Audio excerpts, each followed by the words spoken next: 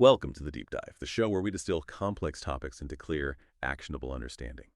And today, we're plunging into one of the most dynamic and, frankly, pretty mind-bending fields out there, artificial intelligence. It feels like every single day brings a fresh wave of news, a new model, a new app, sometimes, a new concern. It can be really challenging to keep pace. So for this deep dive, we've gathered a whole stack of the latest articles, research updates, news, basically everything we could find across the AI landscape. Our mission for you is simple. Cut through that information overload, pull out the most essential nuggets, and give you a real shortcut to being genuinely well-informed about how fast AI is evolving. We're talking surprising facts, crucial context, what it actually means, all boiled down for you. Exactly. We've sifted through, well, a lot of material. It covers everything from, groundbreaking new tools and model advancements, all the way to those critical discussions happening around privacy, ethics, and of course, how AI is fundamentally changing the job market. The goal really is to help you walk away understanding not just what is happening, but crucially, why it matters to you, whatever your interest level is. Okay, let's dive right in then. When you look at the AI landscape today, the first thing that just jumps out is the sheer scale of investment in innovation. We're talking the big tech players, Microsoft, Meta, Google, Apple. They're pouring truly massive amounts of capital into AI infrastructure, into cloud capacity. It's huge. Take Apple, for example. They just rolled out new foundation models, and these designed for both on-device stuff and scalable server-based AI, multilingual too. Right. And that's key, the on-device and cloud approach. Exactly. It is just about Apple, making their phones a bit smarter. Okay. This feels like a strategic move to embed AI really deeply into their entire ecosystem. Making it seamless for the user. Totally seamless, personalized. The real insight here, I think, is how these companies are competing. It's not just on raw model power anymore. No, it's about integration. It's about that ubiquitous integration, yeah. Owning the whole AI delivery pipeline right from the cloud down to the device in your pocket. And what's fascinating is how global this whole acceleration is. I mean, yes, the usual suspects grab the headlines, but you've got companies like SakanaAI in Japan. They hit unicorn status really quickly. That shows innovation is happening way beyond Silicon Valley. Good point. And China, too, despite, still relying on foreign chip manufacturing for some key parts, they've made really noticeable strides in hardware economy. They're developing their own homegrown GPU architecture and software. It's genuinely a worldwide sprint now. Every major region is vying for an edge. And that sprint definitely includes talent, right? The Yep. competition there is incredibly intense. You see it in moves like Microsoft hiring Amar Subramania. He used to head up Google's Gemini. Now he's corporate VP of AI at Microsoft. That's aggressive. Very aggressive recruitment. Yeah, and then there's this escalating rivalry between OpenAI and Meta. Sam Altman at OpenAI has openly criticized Meta's recruitment tactics. I saw that. And both sides are apparently throwing just enormous compensation packages at top AI talent, trying to lure them away. It's a bidding war. Totally. And on top of that, you've got former OpenAI employees who are now leading their own wave of billion-dollar AI startups, leveraging all that insider knowledge. Right, which connects back to the bigger picture of foundational AI development. It's not just about hiring individuals, it's about controlling the future direction, the infrastructure. You mentioned Sam Altman. His plans for OpenAI are incredibly audacious, scaling up to 1 million GPUs by 2025. That's ambitious. A staggering number. And then there's the long-term target, maybe 100 million GPUs. It's almost hard to comprehend the challenges involved there. Global infrastructure, energy, just the sheer cost. Yeah, the financial sustainability alone. Exactly. And it raises a really important question, doesn't it? If you centralize that much compute power, could that inadvertently create new bottlenecks?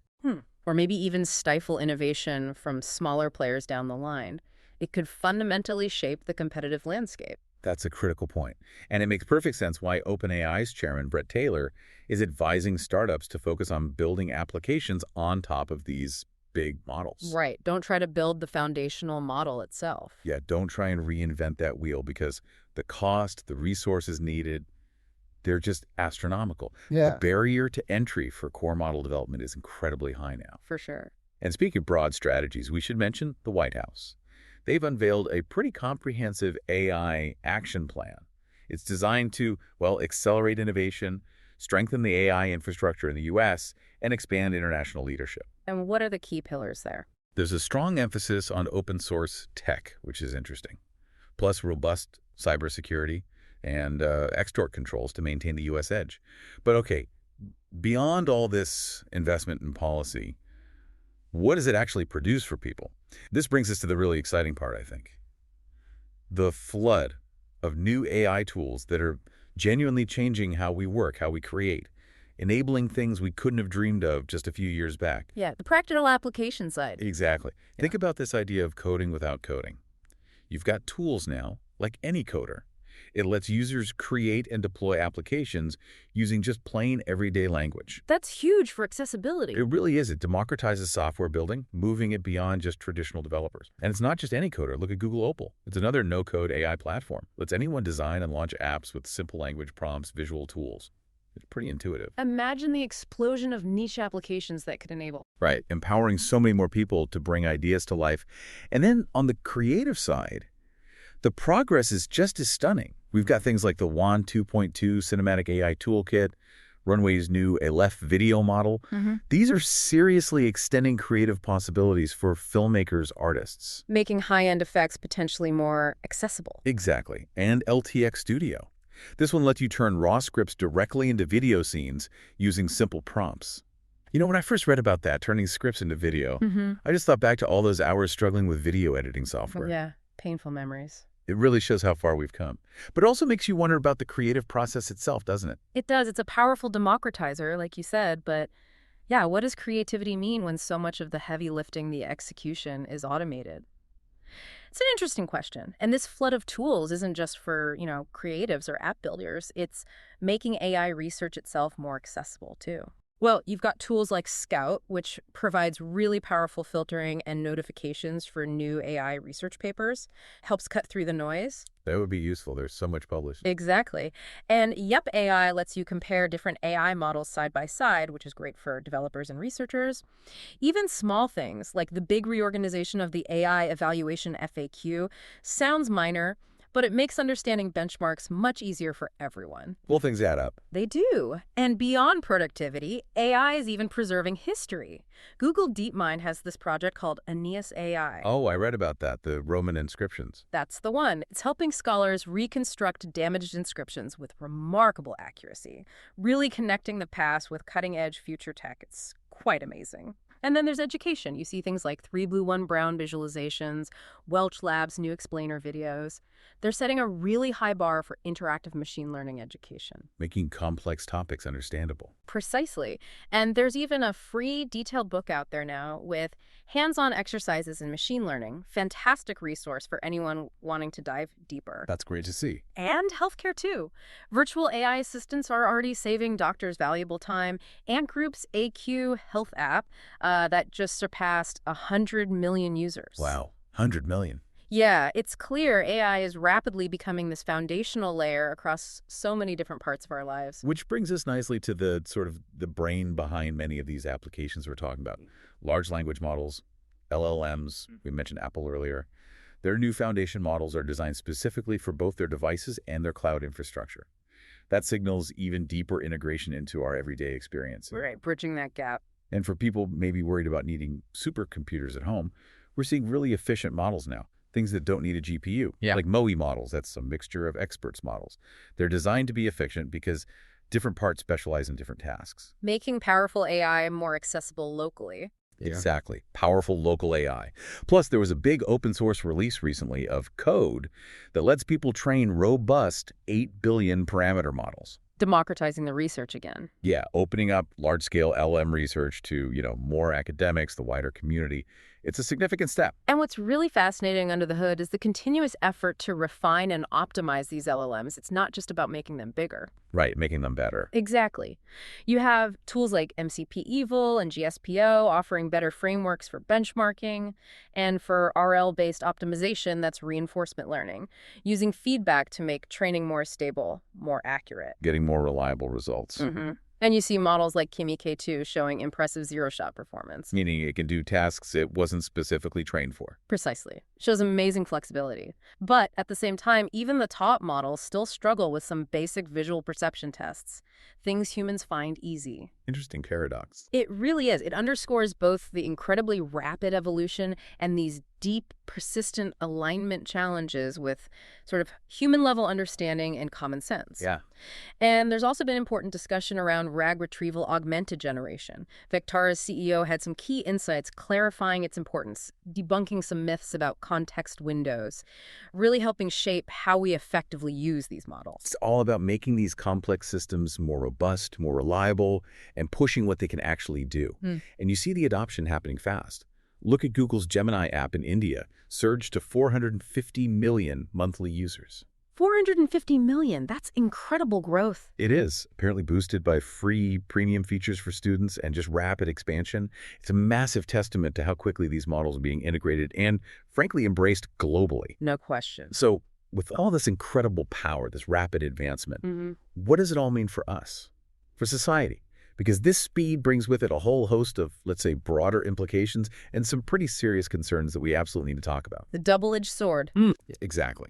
Let's start with privacy and security. We saw that major AI-powered app. It suffered a privacy breach. Thousands of users' face and ID images involved. That's a direct, scary security threat. Yeah, very worrying. And maybe even more crucially, Sam Altman from OpenAI explicitly warned users. He said conversations with ChatGPT lack legal confidentiality. Wow, okay. Yeah.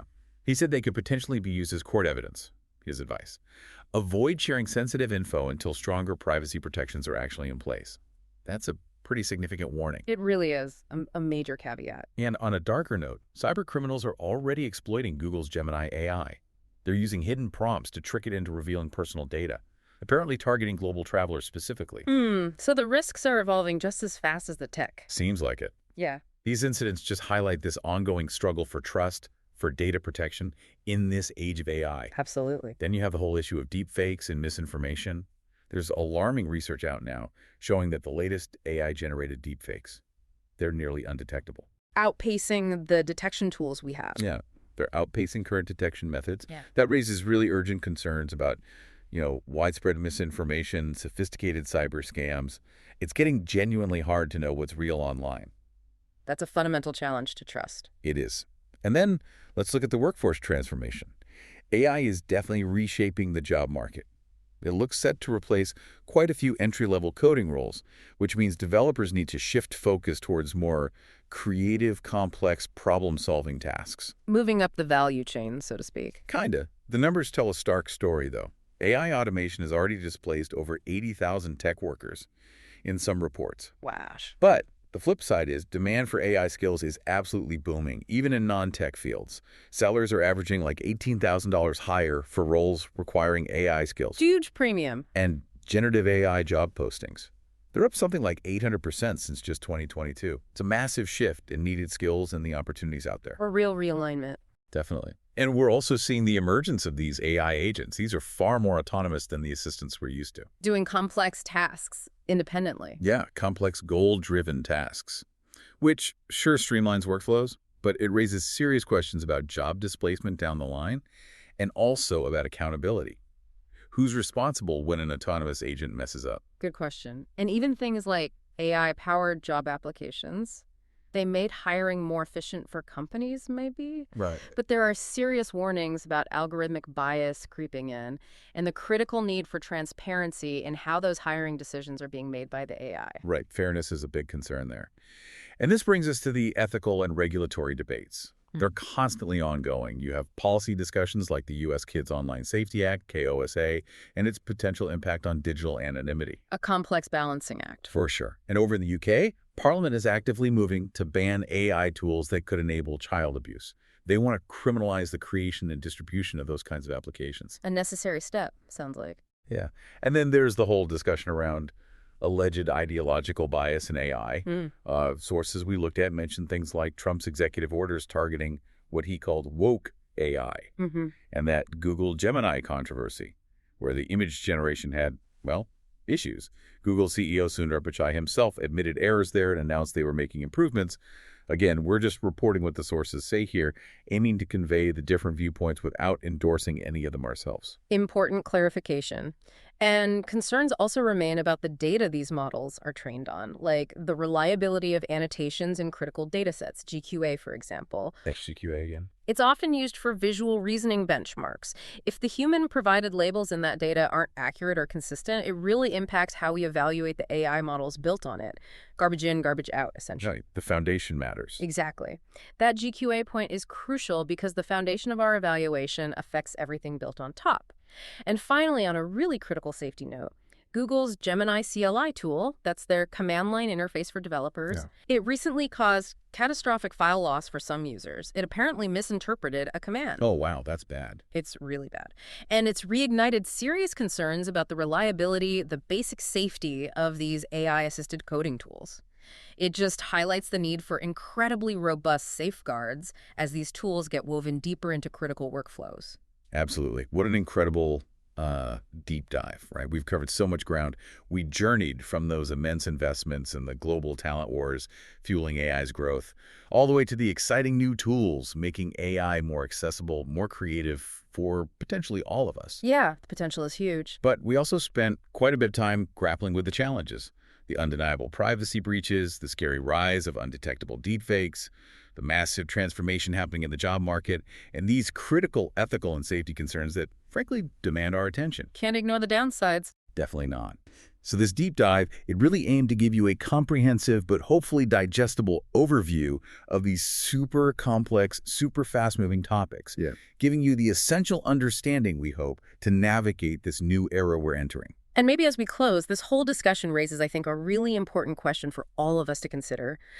As these AI systems become increasingly powerful, increasingly integrated into, well, pretty much every aspect of our lives, how do we as individuals, and maybe more importantly as a society, how do we ensure that the immense benefits of this technology are truly maximized, while at the same time we effectively mitigate those emerging risks to our privacy, to our understanding of truth, and maybe ultimately to our own human agency? That's a powerful question to end on. It's something I think we all need to keep exploring, keep asking ourselves long after this deep dive finishes.